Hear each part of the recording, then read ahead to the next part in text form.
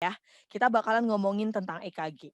Jadi kalau ngomongin tentang EKG, Kakak bakalan jelasin tentang gelombang dasar EKG dulu sama kalian.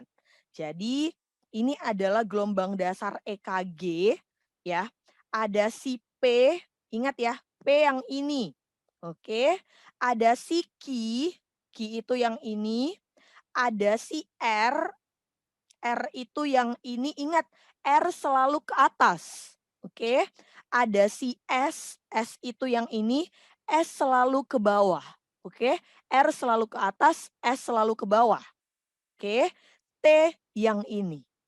Oke, Kakak ulang lagi. P adalah yang ini, Q adalah yang ini, R itu adalah yang selalu ke atas, S yang selalu ke bawah, dan gelombang T. Itu ya. Oke, Kakak ajarin gelombang dasar dulu. Jadi tujuan kalian belajar gelombang dasar itu apa sebenarnya? Gelombang P merupakan depolarisasi dari atrium. Oke, QRS merupakan depolarisasi dari ventricle. Oke, dan gelombang T merupakan repolarisasi dari ventricle. Itu ya. Jadi P depolarisasi atrium, QRS depolarisasi ventricle, terus T itu adalah repolarisasi dari ventricle. Nah, tujuannya apa sih Kakak menjelaskan ini sama kalian? Apa tujuannya? Tujuannya adalah kalian bisa tahu. Dari sini aja kita bisa tahu bahwa kalau kelainannya di atrium ya, kalau kelainannya di atrium kalau kelainannya di atrium, maka yang terganggu adalah gelombang P. Gitu aja ya logikanya ya, pakai logika aja ini. Kalau yang kelainannya di atrium, maka yang terganggu si P. Oke, kalau kelainan di ventricle, maka yang terganggu adalah QRS. Itu logikanya. Gitu ya, itu logikanya aja. Oke, loh Kak, gelombang T jadi nggak terlalu berpengaruh kalau kelainan di ventricle? Enggak terlalu berpengaruh. Kenapa? Karena itu adalah proses repolarisasi. Jadi dia tidak terlalu berpengaruh. Yang berpengaruh adalah proses depolarisasinya. Oke, itu ya. Nah, ini adalah gelombang dasar dan ada beberapa kelainan yang bakalan Kakak ajarin. Tapi kelainannya adalah kelainan dasar. Jadi Kakak nggak akan ngajarin kalian untuk menjadi SPJP ya kan. Jadi ingat aja kelainan dasar ini. Oke, yang ini yang perlu di UKM PPD. Jadi pertama ada istilah yang namanya kipatologis. Oke, kipatologis itu apa Kak? Kipatologis itu kita katakan kipatologis kalau nilainya lebih dari sepertiga R. Oke, ingat kipatologis biasanya menandakan adanya OMI. Apa itu OMI? Old myocard infarct. Itu ya, itu maksud dari si OMI. Old myocard infarct. Oke, nah jadi apa maksudnya Kak lebih dari sepertiga R? Kakak buat contoh. Lihat. Jadi kalian anggap QRS ini kan gelombang EKG ini kan nanti kalau kalian perhatikan gelombang EKG yang real kan bentuknya memang seperti ini, ya kan? Tapi kan dia di dalam kotak-kotak, ya kan? Ada kotak besar, ada kotak kecil. Oke. Jadi nanti kalian hitung aja si Q ini berapa kotak kecil ya. Gitu aja ngitungnya ya. Jadi si Q ini berapa kotak kecil. Misalnya kita anggap nih kita hitung kotak kecilnya.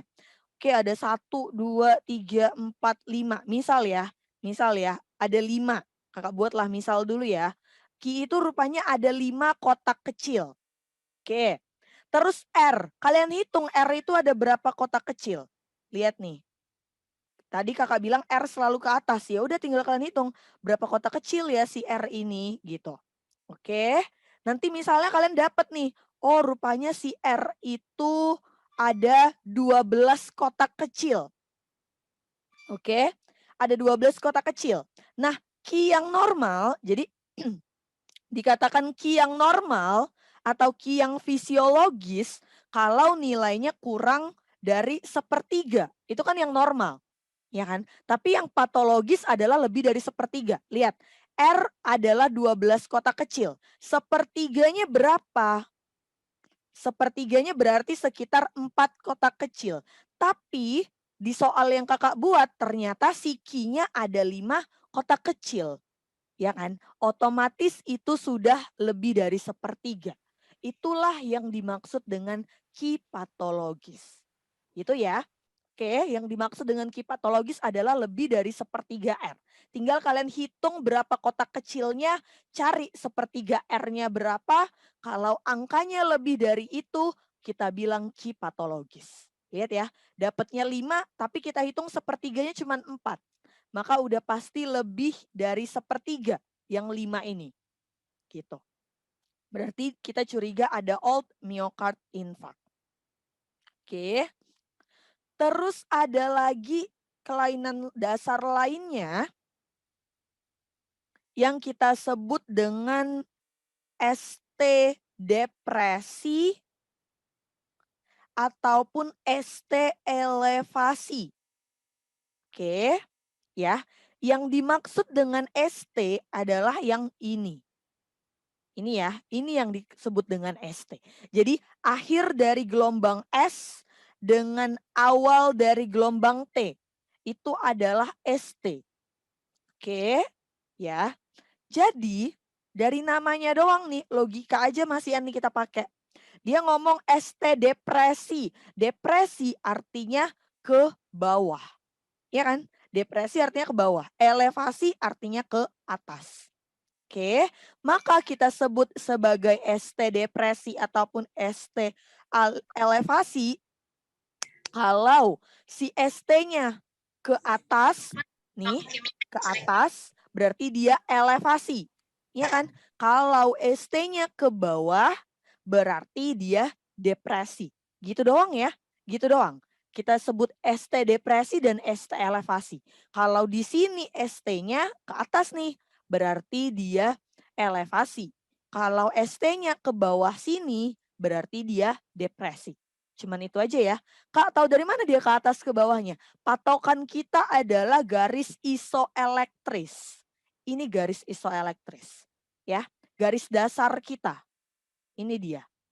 Oke, kalau dia ke atas elevasi, kalau ke bawah depresi. Kakak sih selalu bilang cara gampangnya sebenarnya selain melihat ST elevasi dari segmen ST, kalian cukup lihat yang disebut titik ini. Titik ini disebut dengan J point. Oke, sebenarnya ini adalah cara gampangnya. J point, tinggal lihat. Kalau J point-nya berada di atas, ya udah elevasi. Kalau J point-nya berada di bawah, ya udah depresi. Itu yang selalu kakak bilang. Jadi sebenarnya gampangnya adalah lihat J point. Tapi kalau kalian merasa, ala kak, kalau ada yang lebih susah ngapain yang lebih gampang ya kan? Mana tahu. Ya udah, nggak apa-apa, ST aja, gitu. Oke, itu ya. Nah, kita katakan depresi atau elevasinya saat kapan, Kak?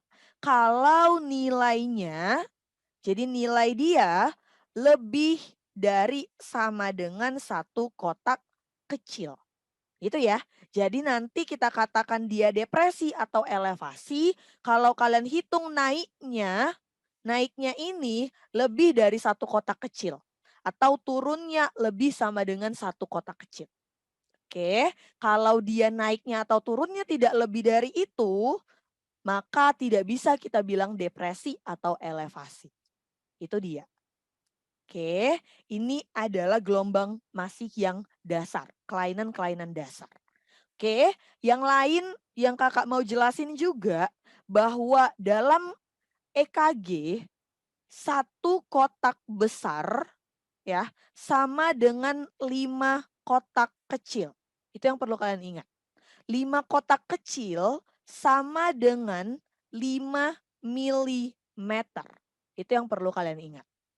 Oke, satu kotak besar sama dengan 5 kotak kecil sama dengan 5 milimeter. Oke, kakak buat dulu ya contoh EKG kita. Jadi ini adalah gelombang EKG yang akan kalian dapatkan. Atau mungkin lebih panjang lagi. Gitu ya. gelombang EKG. Ini adalah gelombang EKG. Jadi gelombang EKG itu sudah ada tandanya. Ada dibilang lead 1 yang mana, lead 2 yang mana, 3 mana, AVR, AVL, AVF, V1, 2, sampai V6. Jadi nggak usah kalian hafal. Yang mana ya Kak, lead 1 yang mana itu nggak usah kalian hafal, nggak perlu. Karena bakalan sudah ditandain. Oke, kalian lihat di sini bahwa setiap dalam kertas EKG pasti ada gelombang besar, ada kotak besar maksudnya, ada kotak kecilnya. Di dalam kotak besar ini ada kotak kecilnya. Oke, itulah yang kakak sebut bahwa satu kotak besar sama dengan satu kotak kecil. Satu kotak besar sama dengan 5 kotak kecil. Nih ya, satu kotak besar sama dengan 5 kotak kecil. Itulah yang kakak bilang tadi. Oke, nah yang kakak sebut dengan garis isoelektris itu adalah garis dasar yang kalian hayalkan. Jadi tidak ada memang di EKG garis isoelektris, tapi kita hayalkan. Mana garis isoelektrisnya? Ini. Hayalin aja seakan-akan ada garis lurus. Itu dia. Ini dia. Oke, jadi tinggal lihat ya, kalau nanti ST-nya di atas garis ini, maka dia naik lebih dari satu kotak kecil, kita bilang elevasi. Kalau dia turun, kita bilang depresi. Itu ya. Oke, terus ada lagi yang kita sebut dengan lead 2 itu ada 2. Ada lead 2 yang pendek, ada lead 2 yang panjang. Jadi ingat ya, kalau nanti kakak sebut kata-kata lead 2 panjang, maka kalian ngerti maksudnya. Ini dia, lead 2 yang sedikit dipanjangkan. Oke. Oke, kita balik lagi ke atas. Oke, sekarang kita ngomongin tentang cara membaca EKG. Ya, cara baca EKG yang pertama kali kalian perhatikan bahwa pastikan EKG yang kalian baca tidak terbalik. Itu dulu. Kalian kalau mau baca buku, ya kan mau baca buku nih, kalian pastikan dulu buku yang kalian baca itu nggak terbalik. Kan gitu. Oke, sama juga dengan EKG. Tahu dari mana Kak bahwa EKG kita tidak terbalik? Lihat si AVR. Ingat ya, tadi kakak udah tunjukin ya lead-leadnya. Lihat AVR. Apa yang kalian lihat? Lihat si gelombang P dan gelombang T. Oke, di mana defleksinya negatif. Apa maksudnya Kak defleksi negatif? Jadi kita sepakat dulu kalau yang disebut sebagai defleksi negatif itu artinya gelombangnya ke arah bawah. Itu ya. Kalau kita sebut defleksinya positif, itu artinya gelombangnya ke arah atas. Oke, ingat ya, yang negatif-negatif itu, ingat aja gini, yang negatif-negatif itu kan berarti yang jelek-jelek ya. Yang negatif-negatif itu ke bawah, di bawah dia, levelnya di bawah. Kalau yang positif-positif, yang baik-baik levelnya di atas. Gitu ya, ingatnya. Jadi, kalau gelombang P dan T-nya defleksi negatif artinya gelombang P dan T-nya ke arah bawah, maka itu terpasang dengan benar. Ingat ya, justru dia terbalik, dia terpasang dengan benar. Karena normalnya kan harusnya kayak gini kan, P ke atas, R ke atas, T ke atas. Gitu ya, tapi justru dia terbalik, dia terpasang dengan benar. Itu yang harus kalian ingat. Oke, ingat ya, kalau dari awal kalian baca AVR, oh ini udah salah karena si AVR-nya tidak terbalik. Kalian bilang gitu, maka jangan lanjutkan membacanya karena memang udah salah dari awal. Oke, nggak bisa kalian baca. Tapi kalau dari awal dia sudah benar, lanjutkanlah bacaan kalian. Oke, kita lanjut. Udah tahu tentang apakah dia terbalik atau enggak. Sekarang kita tentukan jenis gelombang, irama, dan heart rate. Di mana kita tentukan ini? Kita menentukannya di lead 2 panjang. Ingat ya, lihatnya di lead 2 panjang. Oke, pertama kita tentukan jenis gelombang, sinus atau asinus. Oke, tahu dari mana Kak kita sinus atau asinusnya? Ingat, kalau sinus satu gelombang P diikuti satu QRS. Itu aja yang perlu kalian ingat. Oke, jadi ingat satu untuk satu. Jadi kayak pasangan, kayak suami dan istri. Jadi anggap aja ya, si P itu adalah suami, si QRS itu adalah istri. Anggap aja kayak gitulah ya. Jadi bayangin aja, kita katakan rumah tangga yang sinus, ya kan? Rumah tangga yang normal, sinus itu kan normal ya. Rumah tangga yang normal itu hanya satu istri dan satu suami. Jadi berdua ya, berpasangan doang. Oke, satu untuk satu. Itu ya. Jadi itu ngingatnya supaya lebih gampang. Satu P, satu QRS. Nah, jadi yang tidak normal gimana? Ya terserah, mau 2P, 1 QRS, mau 1P, 5 QRS, mau 4P, 1 QRS, terserah. Yang penting bukan satu untuk satu. Itu yang harus kalian ingat. Oke, kita katakan sinus itu kalau satu untuk satu. 1P, 1 QRS. Itu yang perlu kalian ingat. Oke, lihat ya. Nih, kelihatan ya. Ini adalah gelombang P, ini adalah si QRS, ini adalah T. Oke, ini P lagi, ini QRS, ini P lagi, ini QRS, ini T. Gitu ya. Jadi kita bisa melihat bahwa ada satu P, ada satu QRS, satu untuk satu. Satu P, satu QRS. Oke, itu ya. Nah kalau asinus, ya udah langsung nih, lihat. Jelas ini adalah asinus. Ada berapa P nih? 1, 2, 3, 4 baru QRS. Jadi ada 4 P, ada 4 P-nya disusul 1 QRS. Jelas itu asinus. Gitu ya. P-nya ada 4, baru setelah itu 1 QRS. Itu dia. Oke, satu untuk satu itu yang sinus. Ingat aja ya kayak pasangan lah, kayak pasangan ya. Oke. Nah, udah tahu tentang jenis gelombang yang sinus asinus. Sekarang kita ke irama, regular, irregular. Ini juga gampang. Lihat, dikatakan regular kalau R ke R sama. Oke, kalau dikatakan irregular kalau R ke R tidak sama. Oke, lihat ya. Nih, ini adalah jarak ke R ke R-nya. Ini R pertama ke R kedua, ke R ketiga, keempat, kelima. Lihat, jaraknya. Udah jelas ya, jelas bahwa ini jaraknya tidak sama.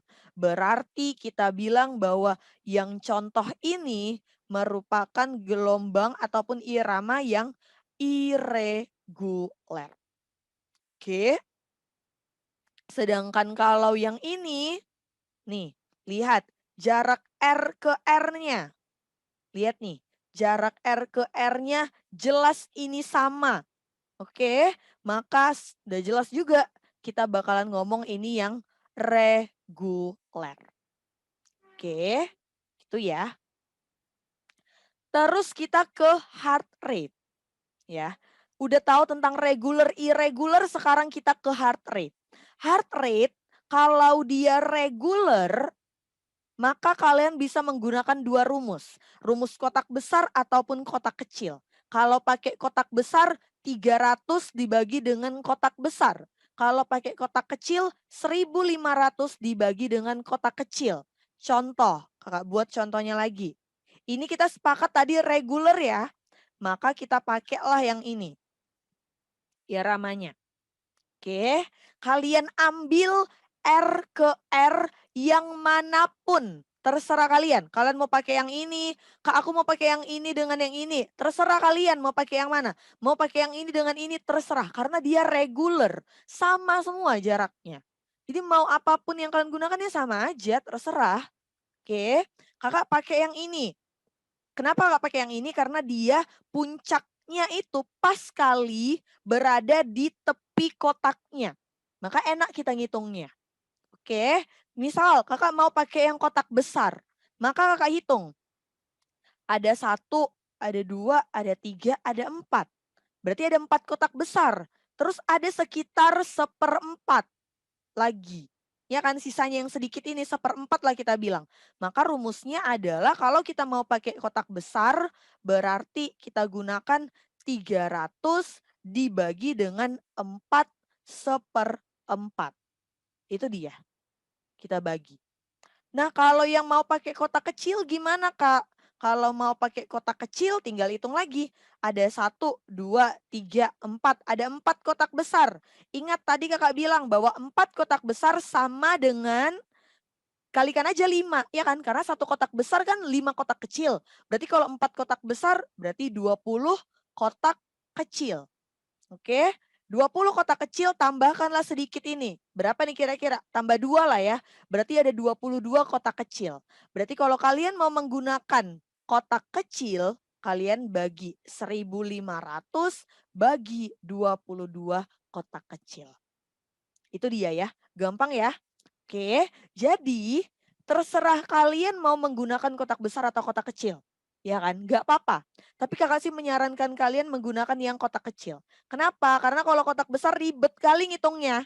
Ya kan, masa 4/4, 4/2, 4/3. Susah kita ngitungnya. Kalau seper-seper kayak gitu. Ya kan, tapi kalau misalnya kita pakai kotak kecil kan nggak ada pakai seper-seper lagi. Gitu, nggak pakai koma-koma lagi gitu. Makanya kita lebih enak ngitungnya.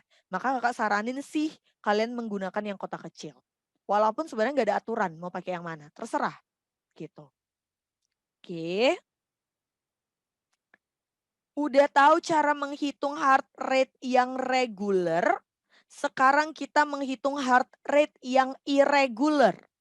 Oke, cara menghitung heart rate yang irregular adalah jumlah R di interval 6 second setara, jadi ingat ya, 6 second itu setara dengan 30 kotak besar. Dikali 10. Itulah dapatnya. Jadi intinya adalah kita katakan kalau dia irregular, menghitungnya dengan jumlah R di 30 kotak besar. Itu artinya. Ya, biar nggak repot-repot, memaknainya nggak repot-repot ya kan, biar langsung ngerti, ini rupanya kayak gini, rupanya 30 kotak besar gitu. Ya udah jumlah R di 30 kotak besar dikali dengan 10, itulah dapatnya. Oke, lihat nih, karena irregular kan pasti R ke R-nya beda-beda. Jadi nggak mungkin kalian bisa mengambil salah satu jarak R ke R. Baru kalian hitung kayak yang irregular tadi. Nggak mungkin bisa karena jaraknya beda-beda. Oke, jadi gimana caranya Kak? Ya udah ambil 30 kotak besarnya. Oke, jadi kita anggap nih ini adalah kotak besar yang pertama. Oke, kotak besar kedua. Ini kotak besar ketiga, yang keempat, yang kelima, keenam, sampai kalian hitung lah itu 30 di sini. Oke, kalian hitung, oh udah dapet nih 30 kotak besar. Maka tinggal hitung aja jumlah R-nya berapa. 1, 2, 3, 4, 5, 6, 7, 8, 9. Oke, ya udah gampang. Berarti 9 dikali 10 dapatnya 90 kali per menit. Udah, gitu aja. Ya, gak repot-repot kita ngitungnya. Oke, interpretasinya kalau dia 60 sampai 100 kita sebut normal. Kalau kurang dari 60 bradikardi, kalau lebih dari 100 kita sebut takikardi. Itu dia. Oke. Oke. Selanjutnya kita menentukan aksis jantung. Menentukan aksis jantung artinya ini adalah kita menentukan posisi jantung. Ya, kita tentukan di mana posisi jantung kita. Karena normalnya jantung kita itu letaknya di tengah tapi sedikit ke kiri. Itu normalnya. Oke, dalam menentukan aksis jantung lihat aja lead 1 dan AVF. Lihat lead 1 dan AVF. Apa yang kalian lihat? Udah nggak repot-repot. Lihat aja si QRS. Gitu aja. Lihat QRS-nya. Oke, kalau QRS-nya ke atas, ya kan? Tadi balik lagi ke kesepakatan kita di awal. Kalau QRS-nya arahnya ke atas, maka dia positif. Kalau QRS-nya arah ke bawah, berarti defleksinya negatif. Itu aja yang perlu kalian ingat. Oke, ingat di situ ya. Jadi kalau lead 1 ini contohnya, QRS-nya lihat ke arah atas, otomatis ini positif. AVF lihat QRS-nya ke arah bawah, otomatis ini adalah yang negatif. Itu ya. Oke, ingat bahwa lead 1 menggambarkan sisi kanan jantung, sedangkan si AVF menggambarkan sisi kiri jantung. Oke, kita katakan normoaksis, artinya aksisnya normal kalau dia positif, positif. Ingat ya, berarti QRS-nya sama-sama ke atas. Ya kan? Positif, positif itu yang normal. Oke, ya. Nah, kalau lead satunya positif, tapi lead AVF-nya negatif, oke, berarti yang salah adalah yang di kiri. Kenapa nggak bilang yang salah di kiri? Karena AVF yang negatif. Ingat tadi kita bilang positif-positif itu yang normal. Tapi AVF-nya kok negatif berarti dia tidak normal. Oke, di mana dia tidak normal, ingat ya, di mana dia tidak normal, disitulah diagnosisnya. Oke, berarti karena tidak normalnya di sisi kiri, maka aksisnya pun ke kiri. Artinya left axis deviation. Oke, terus kalau yang negatif adalah lead 1, AVF-nya positif, ingat tadi kakak bilang, yang tidak normal disitulah diagnosisnya. Yang nggak normal kan lead 1 ya, berarti sisi kanan yang tidak normal. Maka aksisnya pun di kanan. Right axis deviation. Oke, kalau dua-duanya sama-sama negatif, kita sebut dengan ekstrim RAD. Jadi kalau udah ekstrim RAD, itu udah sama dengan kelainan kongenital. Ingat ya, ekstrim RAD itu merupakan kelainan jantung kongenital. Kalian mungkin pernah dengar istilah dextrokardi. Inilah dia ekstrim RAD. Jadi jantungnya benar-benar di kanan. Sama sekali nggak di kiri, jantungnya benar-benar di sebelah kanan. Dextrokardi atau kalau kalian pernah dengar situs infarsus, sama aja. Itu dia. Oke, ya. Kalau kakak sih dulu diajarin sama dosen kakak itu kalau kalian mungkin mungkin kalian ada juga yang diajarin, ingat yang jempol-jempol, ya. Kalau ingat kalau yang jempol kanan lead 1, jempol kiri AVF, gitu ya. Kalau jempol-jempolnya sama-sama ke atas, artinya QRS-nya sama-sama ke atas, berarti bagus, ya kan? Kalau kita bilang hal yang kayak gini nih sama orang, pasti kan sesuatu yang bagus, ya kan?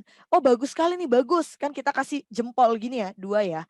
Maka kalau dua-duanya ke atas gini, kita sebut normoaksis, itu yang bagus. Oke, kalau yang turun adalah jempol kanan, ya, yang turun adalah jempol kanan, maka berarti yang salah sebelah kanan. Ya kan, lead satunya turun, dia yang salah sebelah kanan. Maka kita diagnosis dengan right axis deviation. Kalau yang turun jempol kiri, ya kan, maka yang salah sebelah kiri. Maka kita diagnosis dengan left axis deviation. Kalau dua-duanya turun ya udah ekstrim RAD. Itu ya, ingatnya ya. Oke, nggak apa-apa kalau kalian masih susah menghafalnya, nggak apa-apa. Yang penting kalian ngerti dulu. Itu dulu ya, itu dulu target kita sekarang. Ngerti aja dulu kalian. Oke, karena nanti kalau ngafalinnya juga bisa diulang-ulang lagi. Oke, kita buat ke contoh soal ya. Jadi kakak review ulang. Kalau kita mau baca EKG, pertama kali kita lihat adalah AVR. Tentukan apakah dia terbalik atau tidak. Itu ya kan? Apakah EKG-nya sudah terpasang dengan benar atau tidak dari AVR? Setelah itu kalian lihat apa? Kalian lihat sinus atau tidak? Kalian lihat iramanya reguler atau tidak? Terus heart rate-nya. Itu. Udah tahu tentang itu, maka apalagi yang selanjutnya kita lakukan? Kita tentukan aksis jantungnya. Itu aja ya, cuman 5 poin itu aja. Oke, kalau gitu coba ya kita mulai ya diskusinya ya. Kakak minta tolong deh sama hmm, Citra deh, Citra. Ada nggak Citra Mas Laras? Ada Kak. Oke yuk, coba yuk. Nih ada EKG. Apa tadi yang pertama kali kita lakukan? Kita lihat dulu lead AVR-nya dia gelombangnya terbalik atau enggak Kak? Oke, ini AVR ya. Ini AVR. Nah terbalik atau enggak nih menurut Citra? Dia itu terbalik Kak. Oke. Berarti benar Mm-mm. bacaannya. Oke, berarti layak baca atau enggak? Layak. Oke, layak baca. Lihat ya, ini adalah si P dan ini adalah si T. Terbalik nih si P dan si T-nya, ya kan? Iya. Maka artinya dia layak baca. Oke, udah layak baca. Setelah kita nilai AVR, apalagi yang mau kita nilai? Kita langsung lihat dia sinus atau asinus. Oke, paling gampang lihatnya di lead mana? Lihatnya di lead 2 diperpanjang Kak. Oke, benar ya. Lead 2 panjang. Lihat, menurut Citra nih, ini udah lead 2 panjangnya. Sinus atau asinus nih kira-kira? Menurut saya sinus Kak. Oke, kenapa Sinus. sinus?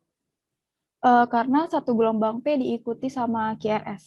Oke, satu QRS juga. Ingat ya, satu dan Iya. satu gitu. Lihat, satu P dengan satu QRS. Benar ya? Iya. Satu P lagi, satu QRS. Oke, satu dengan satu. Maka inilah yang kita sebut dengan sinus. Oke, benar ya? Ini adalah gelombang yang sinus. Terus, udah tahu sinus asinus, terus kita ngapain lagi nih? Lihat iramanya Kak, reguler atau Oke, irregular. regular atau irregular? Tahu dari mana nih regular atau irregularnya? Kita lihat dari interval gelombang R-nya Kak. Oke, gimana nih R ke R-nya?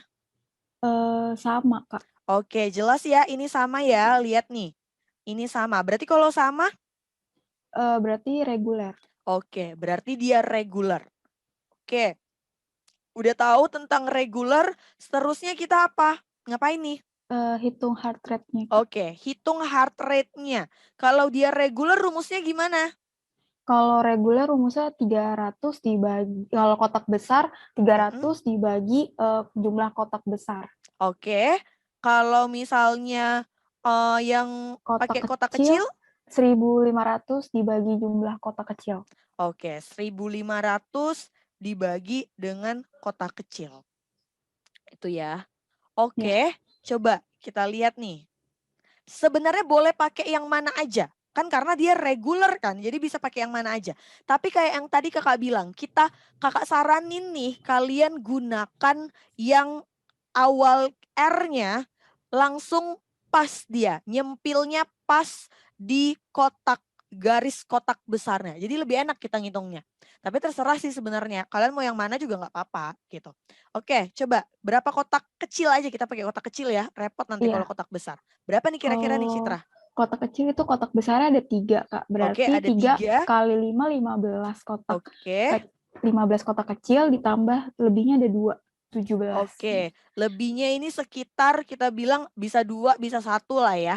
Jadi Ya, kita anggaplah misalnya oke kalau misalnya Citra bilang ada 2, berarti sekitar 17 kotak kotak kecil. kecil. Iya. Itu ya. Berarti ya udah tinggal kita bagi aja. 1.500 dibagi dengan Dibagi 17. 17. Itu ya. Terus Ya. setelah itu Ya. apa lagi? Setelah itu kita tentukan aksisnya, Kak. Oke, kita tentukan aksisnya. Dari mana kita tahu aksis? Kalau lihat lihat dulu kalau misalnya lead 1 itu menentukan sisi kanan jantung, kalau AVF itu dari sisi kiri jantung. Oke, kita melihatnya di sisi kanan dan AVF kita lihat di sisi kiri. Oke. Iya. Nah, lead 1 Positif atau negatif nih? Lead 1. Oh, negatif, Kak, kelihatan. Kenapa negatif? Soalnya apa namanya, dia ke bawah, Kak. Oke, karena kita melihat QRS-nya, Iya, iya kan? QRS-nya ke bawah. QRS-nya kita lihat ke arah bawah. Karena ke arah bawah kita sebut negatif. Terus Negatif. AVF, positif atau negatif nih? AVF-nya ke atas, Kak. Oke, berarti QRS-nya positif. positif. Karena QRS-nya ke arah atas. Atas. Gitu ya, berarti Iya. positif. Berarti kalau dia lead 1 negatif, AVF-nya positif, yang salah sebelah kiri atau kanan? Yang salah sebelah kanan. Kanan, karena yang kanan adalah yang negatif. Kan yang normalnya kan positif gitu ya. Iya, Kak. Berarti apa diagnosisnya? RAD. Oke, right axis deviation. Oke, gitu aja. Makasih ya Citra. Iya, terima kasih, Kak. Oke, udah. Itu doang. Sampai di sini nih, ada yang mau nanya nggak? Sebelum kita lanjut ke materi kita berikutnya. Santai aja ya, kalau sama kakak santai aja ya. Kalau kalian nanya di pertengahan juga boleh, tenang aja. Santai aja kita. Kak bisa diulang lagi yang ngitung heart rate. Oke, yang ngitung heart rate ya. Nih, oke kakak ulang. Nih, sekarang kita ngitung heart rate. Kalau menghitung heart rate, tahu dulu dia regular atau irregular. Ya kan? Regular yang tadi jarak R ke R-nya sama, irregular yang jarak R ke R-nya beda. Cuman itu doang, ya kan? Nah, kalau yang regular, maka rumusnya bisa pakai dua. Bisa yang kotak besar, bisa yang kotak kecil. Nah, kalau yang kotak besar kita buat, ini udah ketetapan. Jadi nggak bisa kita ubah-ubah lagi. Jadi ketetapannya adalah 300 dibagi dengan jumlah kotak besarnya. Kalau yang kotak kecil, 1.500 dibagi dengan jumlah kotak kecilnya. Oke, jadi ini ya, kakak buat contohnya yang ini tadi. Ingat lihatnya di lead 2 panjang. Kakak buat di sini bahwa untuk menentukan jenis gelombang, irama, heart rate paling gampang lihat di lead 2 panjang. Udah kak tulis. Oke, ingat di situ ya. Oke, lihat. Ini tadi kita sepakat dia regular. Oke, sekarang kita hitung heart rate-nya. Nih, kita sepakat tadi dia ini regular. Oke, jadi karena dia regular di R ke R manapun bisa kalian hitung. Kalian mau di sini dan di sini bisa. Kalian mau di sini dan di sini bisa. Kalian mau di sini dan di sini bisa. Terserah kalian mau yang mana. Tapi kakak sih nyuruh kalian, menyarankan kalian untuk menghitungnya di R sampai R yang sisinya pas nyempil di garis kotak besar. Pas nyempil di situ. Kenapa? Karena kalian bakalan lebih gampang untuk menghitungnya. Itu yang saran kakak. Oke, tapi kalau kalian nggak mau ya udah nggak apa-apa juga. Kalian kalau mau pakai R ke R yang ini juga nggak apa-apa. Ya kan? Karena jarak R ke R-nya sama. Itu aja. Oke, jadi kita gunakanlah yang ini. Ya, misal kita mau gunain yang kotak besar. Kalau kita gunain kotak besar maka rumusnya 300 dibagi dengan jumlah kotaknya. Ya kan? Jumlah kotak besarnya. 1, 2, 3, 4. Ada 4 kotak besar. Oke, ditambah dengan ini tetap kita hitung. Jangan pula karena ini bukan bukan cuman terpotong doang kalian pikir nggak terhitung. Enggak, tetap dihitung. Jadi tadi 4 kotak besar ditambah dengan 1/4 kotak besarnya. Ya kan, ini kan cuma 1/4 kotak besar nih. Oke, berarti kita bagilah 300 dengan 4/4. Oke, kalau kita mau pakai yang kotak kecil, maka rumusnya adalah 1.500 dibagi dengan jumlah kotak kecilnya. Kalian hitung aja, 1, 2, 3, 4. Ada 4 kotak besar. Berarti 4 kotak besar setara dengan 20 kotak kecil. Loh, tahu dari mana, Kak? Tadi Kakak bilang di awal bahwa 1 kotak besar sama dengan 5 kotak kecil, ya kan? Maka berarti 20 kotak kecil.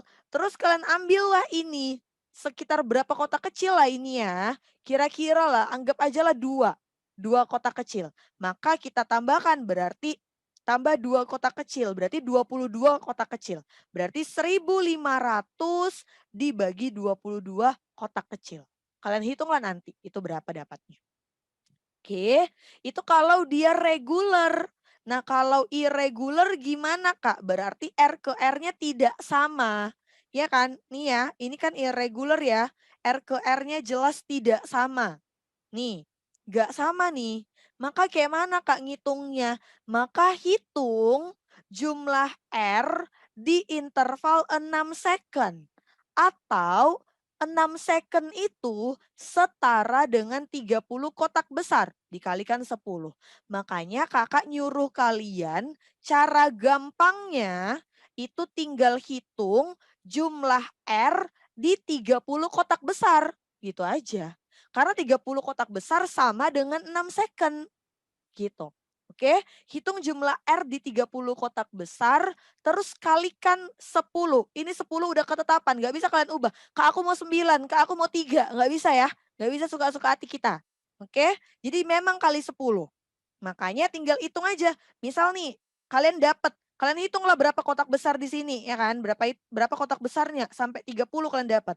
1, 2, 3, 4, 5, 6, 7 sampai 30 di titik ini rupanya. Oke, setelah itu ya udah tinggal hitung jumlah R-nya. 1, 2, 3, 4, 5, 6, 7, 8, 9. Oke, berarti dapatnya adalah 9 dikali ketetapannya udah 10 kali 10 sama dengan 90 kali per menit. Itu dia ya. Tentukan dulu iramanya reguler atau tidak, baru masukkan rumusnya. Gitu aja. Oke, gimana Put? Udah? Oke. Maaf Kak, kalau rumus heart rate irregular bisa diterapkan pada heart rate regular enggak?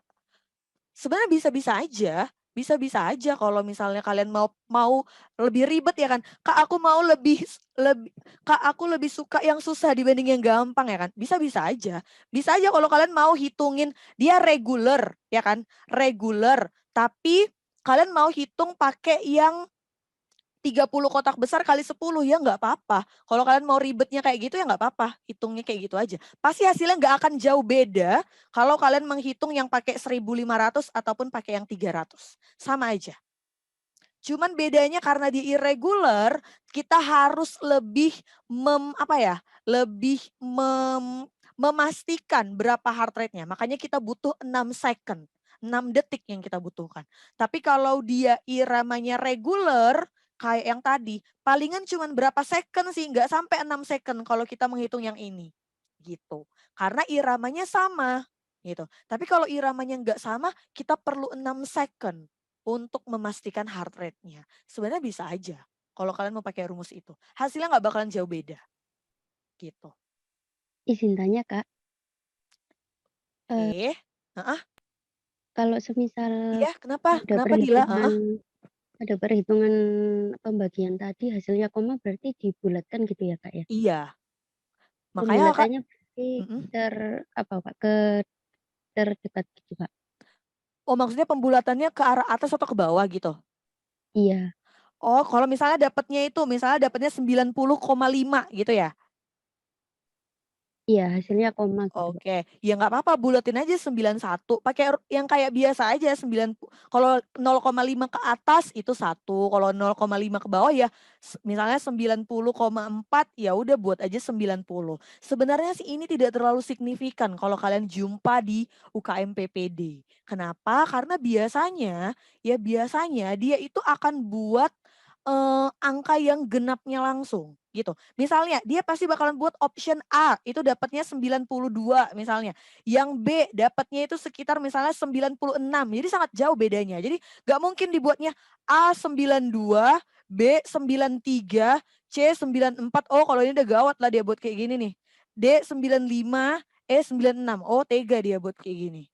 Ya, gak mungkin sampai sejahat itu. Kakak nggak pernah jumpa soalnya sampai sekarang ya, soal UKM PPD real, dia buat kayak gini. 92, 93, 94, 95, 96. Gak pernah ya. Oh Tapi iya, kalau baik. misalnya, Terima kasih, Kak. oke Dila, tapi kalau misalnya kalian ragu untuk menggenapkannya, saran kakak sih, ya udah pakai kayak kita biasa aja. Kalau 90,5, 91. Kalau 90,4, 90-kan aja gitu. Tapi itu hasilnya sangat tidak terlalu signifikan. Karena cuma beda satu. Karena cuma beda satu heart rate. Kalau kita sih biasanya beda-beda satu itu aja hal yang wajar gitu. Kalau kalian menghitung pakai EKG, terus kalian hitung manual, rupanya dapat selisih. Kak beda rupanya, 3 kak bedanya. Ya nggak apa-apa juga. Bedanya cuma 3. Kecuali bedanya sampai 10, 20, itu baru tanda tanya. Jangan-jangan EKG kalian rusak gitu. Tapi kalau cuma bedanya kalian hitung nih heart rate manual ya kan. Kalian hitung sampai 1 menit. Kak aku dapatnya 95. Waktu ku hitung kak dapatnya 93. Ya nggak apa-apa juga. Namanya juga manusia kan. Kita menghitungnya kan kayak gini ya. Kan kita hitungnya pakai kotak-kotak. Bisa aja kan tersempil lah dia, agak salah lah kita ngitungnya, agak kabur lah mata kita gitu. Ya nggak apa-apa gitu. Kalau salahnya cuma beda-beda kayak gitu. Gitu. Tapi kalau di UKM PPD sih tidak pernah soalnya sampai kayak gitu kali ya. Oke, ada lagi.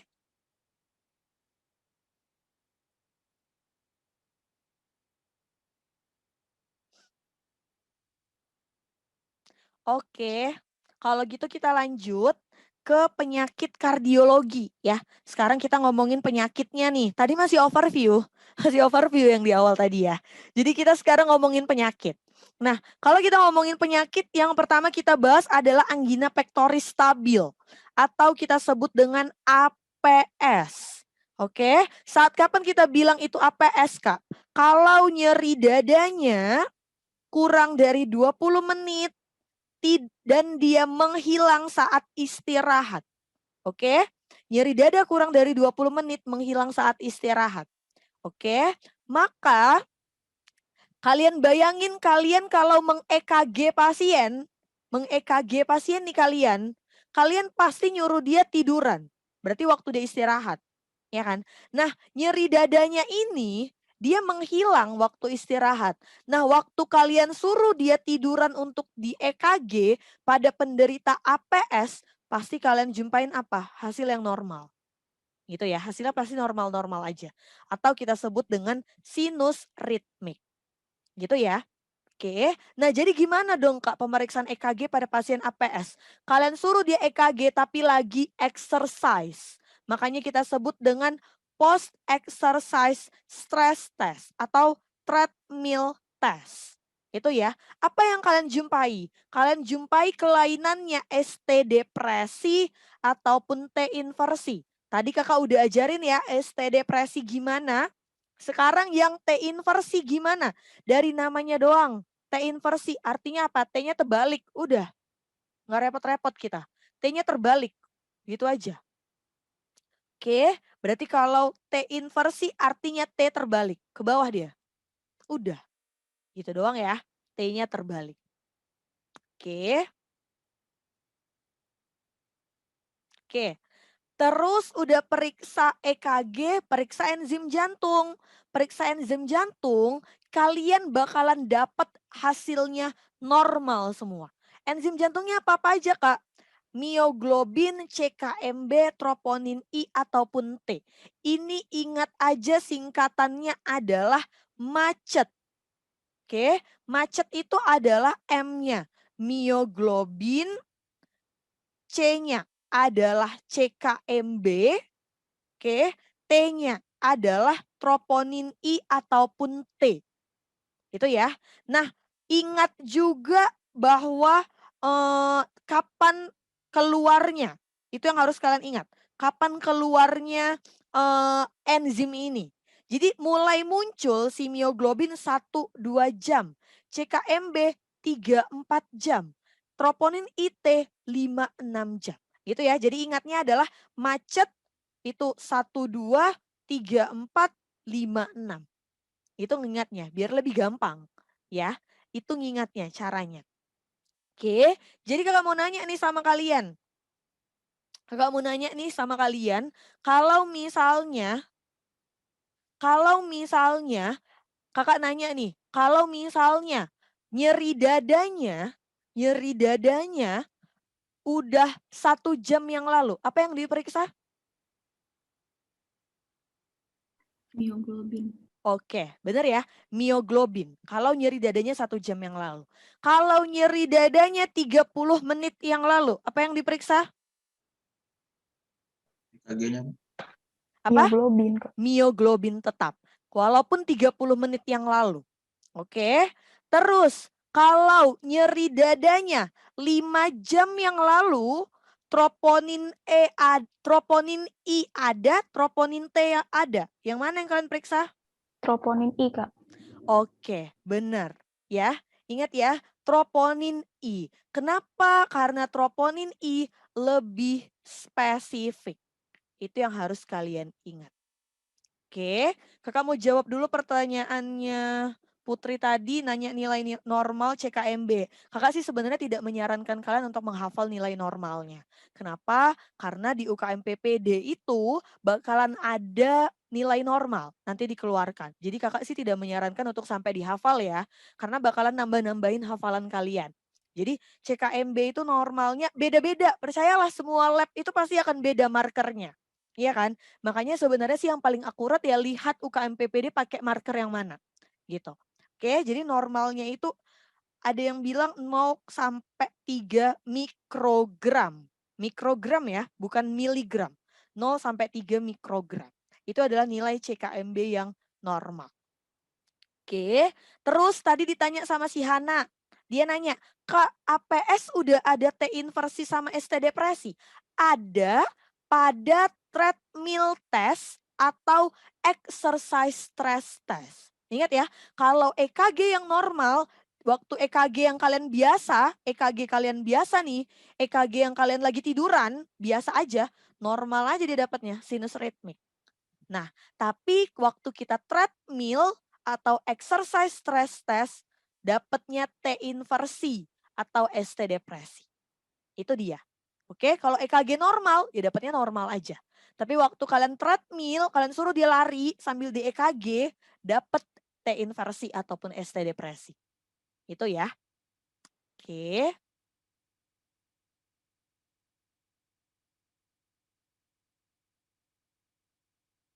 Oke.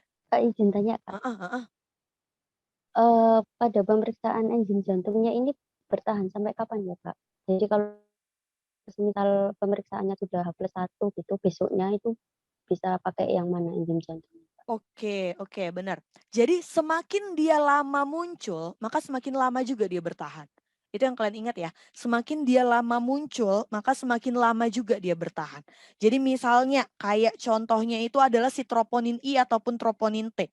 Oke, si troponin I atau troponin T tadi kakak bilang bahwa dia munculnya kan lama ya, 5 sampai 16 jam. Maka sampai berapa lama dia bisa bertahan? Oke, ini agak beda-beda lagi literatur, tapi secara umum dibilang bisa bertahan sampai 10 sampai 14 hari. Itu ya. Jadi semakin lama dia muncul, semakin lama juga dia bertahan. Kalau mioglobin itu bentar, palingan cuman 1-2 hari udah hilang. Gitu. Kalau CKMB itu sekitar dia tengah-tengah, karena munculnya kan di tengah-tengah ya. Karena dia munculnya nggak terlalu cepat, nggak terlalu lama juga. Maka palingan kalian jumpanya itu sekitar, dia nggak sampai lewat dari 10 hari ya.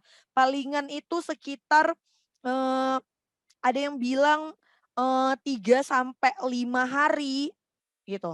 3 sampai 5 hari palingan atau 3 sampai 6 hari. Pokoknya nggak bakalan lewat sampai lebih dari 10 hari gitu. Itu. Pokoknya semakin lama dia muncul, semakin lama juga dia bertahan gitu. Mioglobin itu paling cepat. Bahkan ada yang bilang cuma 24 jam, cuma 1 harian aja gitu. Oke. Oh iya Kak, satu lagi ya Kak. Kenapa? Kalau semisal sudah hari kedua, itu kan sudah ada kayak mioglobin. Oh iya, enggak jadi. Sudah Kak. Terima kasih Kak. Oke. Oke, jadi kalau ditanya sama kalian di UKM PPD nyeri dadanya nyeri dada APS, ya kan? Dia nanya pemeriksaan penunjang yang tepat, oke? Maka jawabannya adalah treadmill test, ya kan? Karena dengan treadmill baru kita tahu itu APS. Karena kalau kalian EKG biasa, kalian nggak bakalan tahu itu APS. Oke, tapi ingat ya, semua PJK gold standarnya itu adalah angiografi. Oke, ini adalah gold standarnya. Jadi dengan angiografi kalian bakalan langsung nampak dari pembuluh darahnya oklusinya berapa. Itu yang kalian bisa langsung lihat. Jadi kakak pernah jumpa soal UKM PPD bulan November. Dia nyeri dada APS, dia nanya pemeriksaan penunjang yang tepat. Pilihan optionnya ada treadmill test, ada angiografi. Apa jawaban kalian? Coba kakak mau tanya. Apa jawaban kalian? Dia APS, option di soalnya ada angiografi, ada treadmill test. Apa jawaban kalian? Angiografi. Bener ya? Selama ada gold standard, ngapain kita pilih yang lain? Itu kan tetap angiografi. Kalau angiografi tidak ada, barulah kalian jawab treadmill test. Itu dia ya. Oke. Kalau ditanya terapi, ya udah biasa aja ya. Modifikasi gaya hidup, terus tata laksananya kalian kasih ISDN, nama lainnya nitrogliserin, nama lainnya nitrat. Berapa banyak Kak? 5 mg per 8 jam. Kontraindikasi, tidak boleh kalian berikan kalau dia hipotensi atau atau post konsumsi sildenafil. Konsumsi sildenafil. Dalam waktu kurang dari 48 jam. Oke, kenapa Kak? Ingat, ISDN atau nitrogliserin tujuannya adalah mengurangi nyerinya. Ya kan? Dengan cara apa? Buat vasodilatasi pembuluh darah koroner.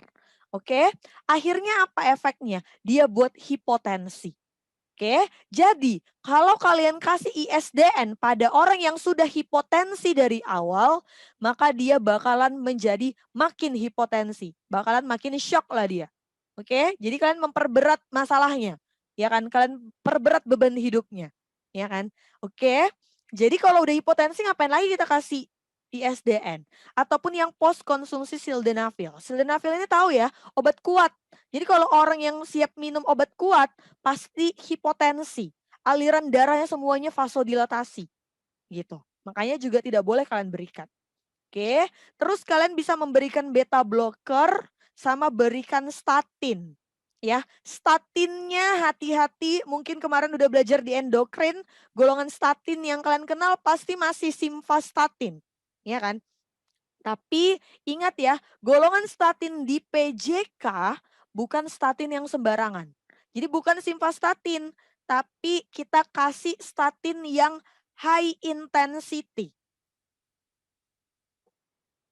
Oke, jadi statin itu sebenarnya intensitasnya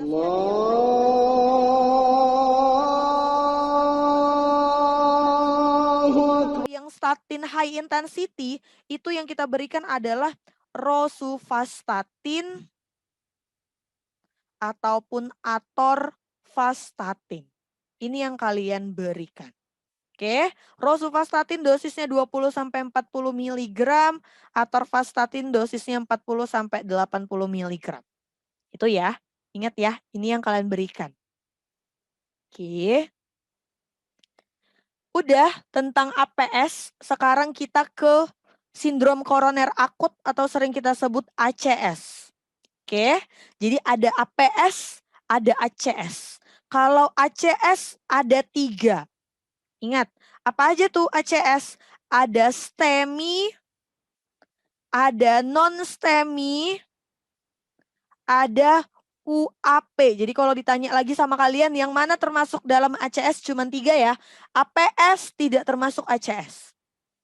Oke, saat kapan kita bilang dia ACS? Kalau nyeri dadanya lebih dari 20 menit tidak membaik saat istirahat. Kita sebut dengan ACS. Oke, nyeri dada lebih dari 20 menit tidak membaik dengan istirahat. Oke. Nah, sekarang kita beda-bedakan. Kayak mana Kak membedakan nyeri dada itu yang ACS tadi, kayak mana jadinya membedakan dia STEMI, non-STEMI ataupun UAP Kak? Lihat dari EKG dan enzim jantungnya. Oke, kalau EKG-nya kalian jumpai ada ST elevasi atau dia ngomong ada M shape dengan enzim jantung yang meningkat, pasti dia STEMI. Ingat ya. Nah, kalau kalian jumpa ST-nya depresi atau T-nya inversi, ya kan, dengan enzim jantung yang meningkat, maka dia non-STEMI. Oke, tapi kalau kalian jumpa enzim jantungnya normal, maka dia UAP. Oke, jadi ingat ya, kalau jumpa ST elevasi dengan enzim jantung meningkat, langsung STEMI. Oke, kalau jumpa ST depresi dengan T inversi, maka bisa dua kemungkinannya. Bisa non-STEMI, bisa UAP. Bedainnya gimana Kak? Dari enzim jantung. Kalau non-STEMI, enzim jantung meningkat. Kalau UAP, enzim jantung normal. Itu yang perlu kalian ingat. Oke. Ya, jadi kakak mau kasih contoh soal nih sama kalian. Misal ada laki-laki datang usia 50 tahun, datang dengan keluhan nyeri dada selama 1 jam, tidak membaik dengan istirahat. Oke. Terus ternyata dilakukan pemeriksaan, EKG-nya normal, enzim jantungnya normal. Apa diagnosis kalian ini?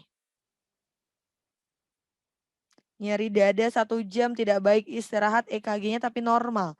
Enzim jantungnya normal. Apa nih kira-kira diagnosisnya?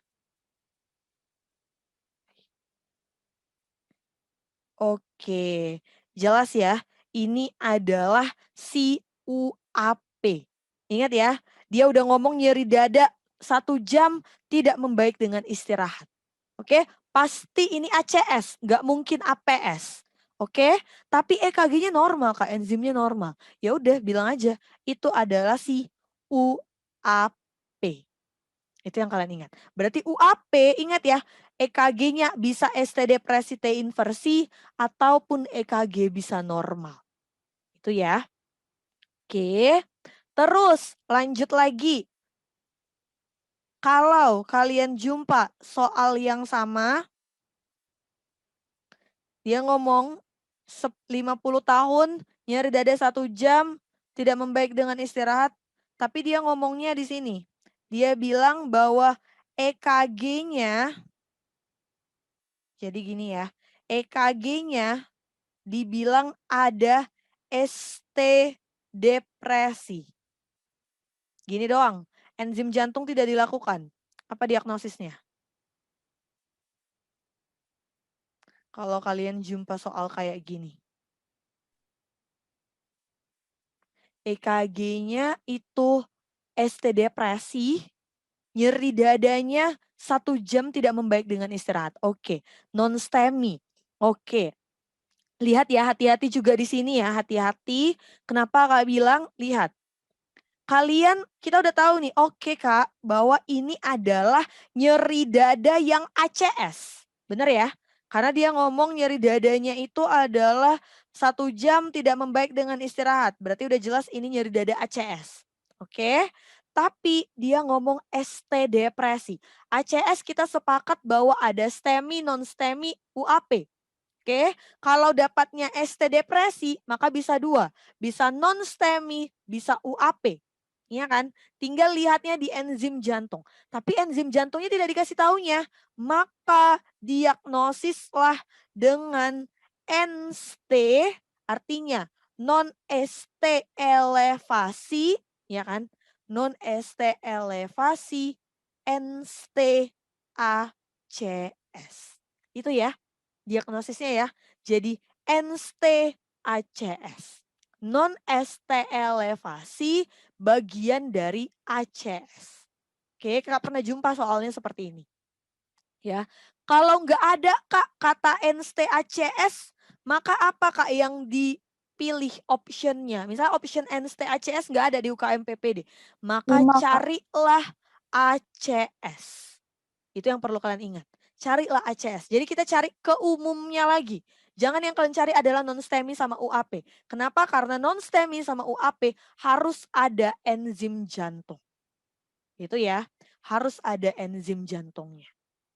Oke, terus misal lagi, kakak buat lagi soalnya.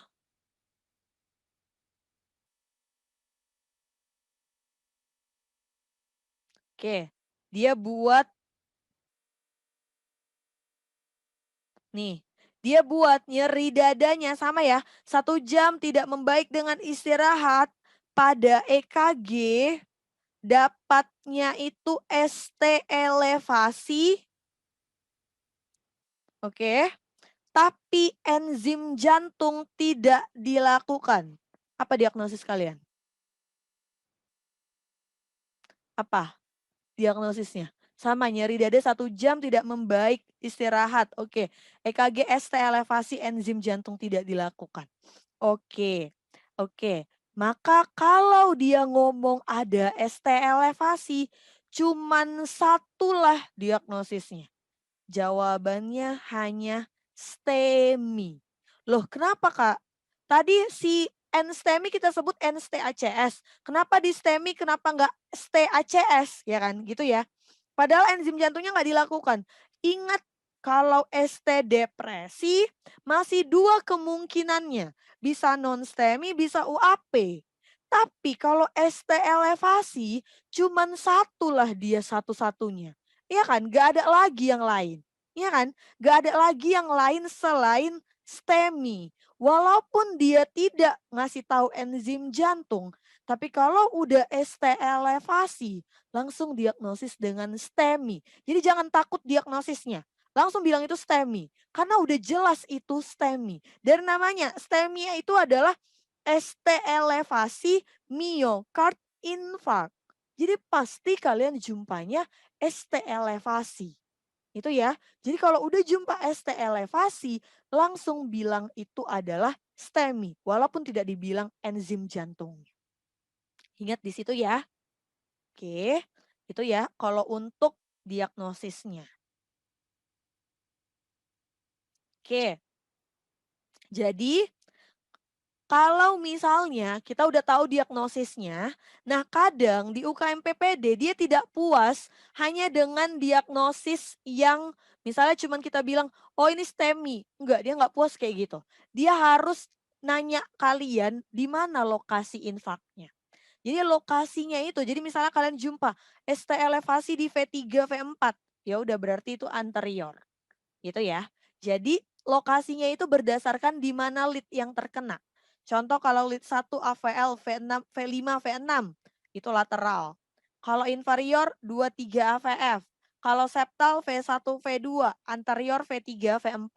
Nah kalau kakak sih cara gampangnya gini ngingatnya. Ingat aja si Sali. Ingat Sali ya. Apa itu Sali Kak? Sali itu adalah septal anterior, jadi septal anterior, lateral, dan inferior. Itu Sali.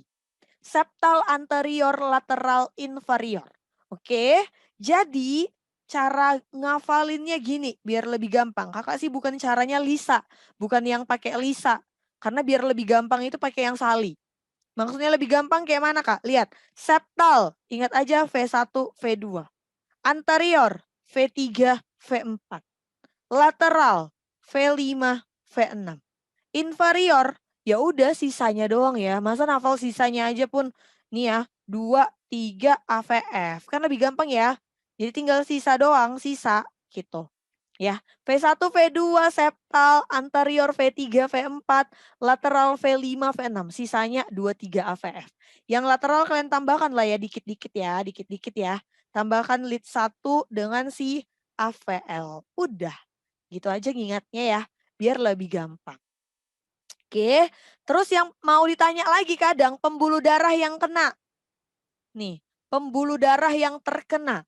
LCX kah, RCA kah, LAD kah gitu ya. Dia mau nanya pembuluh darah yang terkenanya. Oke, jadi kalau dia septal anterior, pembuluh darah yang terkena adalah LAD. Ini. Kalau lateral yang kena adalah si LCX. Kalau inferior yang kena adalah RCA. Oke, jadi LAD itu adalah kepanjangan dari left anterior descending artery. Kalau LCX itu kepanjangan dari left circumflex artery. Kalau RCA itu kepanjangan dari right coronary artery. Ini harus kalian ingat ya karena mau ditanya di UKM PPD. Oke, cara ngingatnya lagi biar lebih gampang kalian, ya kan? Ingat aja septal anterior LAD, ingat aja salat. Salat artinya septal anterior LAD. Jadi salat. Ingat ya. Kalian ingat aja salat. Terus inferior RCA, ingat aja IRCA. Ya. Salat IRCA, inferior RCA. Kalau lateral ya udahlah ya. Tinggal buatkan aja lah. Lateral L, maka depannya pun LCX. Gitu ya. Oke, kan tinggal hafal sisanya. Oke, ingat dikatakan bermakna kalau kena 2 lead. Oke, kakak buat contoh.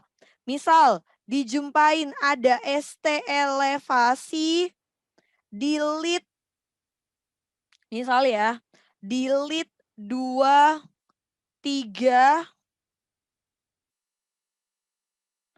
AVL. Oke, apa diagnosis kalian? STEMI inferior atau inferolateral? Coba. Apa nih? Ya, inferior, Kak. Inferior doang. Oke. Oke. Ada yang bilang oke, ada yang bilang inferolateral. Oke, kita lihat ya. 2, 3 itu punya si inferior. Oke, 2, 3. Sedangkan yang AVF, bentar ya.